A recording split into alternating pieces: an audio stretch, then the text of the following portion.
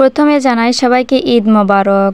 দোয়া করি সবার ঈদ যেন ভালো করে কাটুক। চোখের নিমিষে এই রমজান মাসটা কোথায় দিয়ে যে চলে গেল আমরা টেরই পেলাম না। আপনাদের কি হয়েছে আমি জানি না, তবে আমার এই রমজানটা কখন এলো কখন গেল এটা মনে হয় বুঝতেই পারলাম না। চোখের পলকে রমজান মাসগুলো শেষ হয়ে গেল।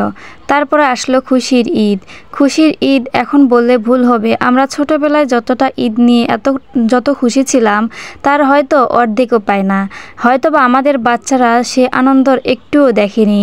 ঈদের রাত্রে সন্ধ্যাবেলায় রোজা শেষে চাঁদ দেখার আনন্দটা শুধুমাত্র মনে হয় আমরাই পেয়েছিলাম। আমাদের পর যেই বাচ্চাগুলো এসেছে তারা হয়তো বা আমাদের মতো আনন্দ পায়নি।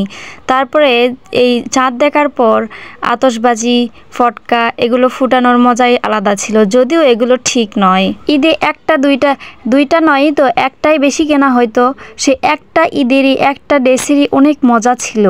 আর এখন আমরা সেটা 4-5টা কিনেও সেই মজাটা পাই না। আর মেহেদি দেওয়ার মজাটা ভীষণ ছিল। যখন মেহেদি দিতে পারতাম না, সিরিয়াল ধরে বসেছিলাম যাই মেহেদি দিয়ে দিত তার বাসায় যে। তারপরে অনেক ভালো লাগতো একসাথে এত হই হুল্লোড় মেহেদি দেওয়া। এবং পরের দিন সকালবেলা উঠে দাঁত ঘষতে ঘষতে আগে কার মেহেদির কালার কতটা ভালো হয়েছে এটা দেখা নিয়ে আগ্রহ হয়ে তাদের কাছে যেতাম। কিন্তু এখন মেহেদি দিতে গেলে যার ইচ্ছা তাই নিজেই দিতে পারে, সেই একসাথে দেওয়ার মজাটা নেই।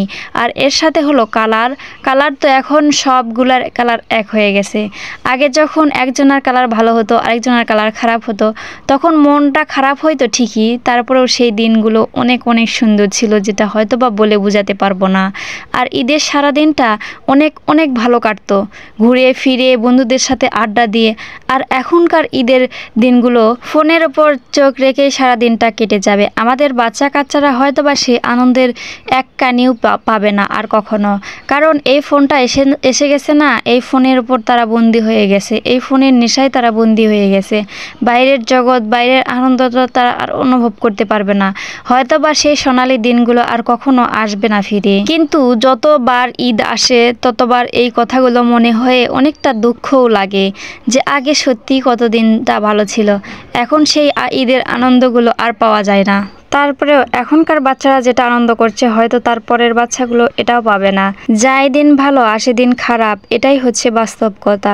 তো যাই হোক, যে যার মতে আনন্দ করবেন, সময়টা কাজে লাগাবেন এবং মজা করবেন, কারণ সময় গেলে আর ফিরে পাওয়া যাবে না। এই যে আনন্দ আমরা ওটা করতেছি এটাও হয়তো ভবিষ্যতে আর পাবো না, তাই সময় থাকতে সময়ের মূল্য দিন।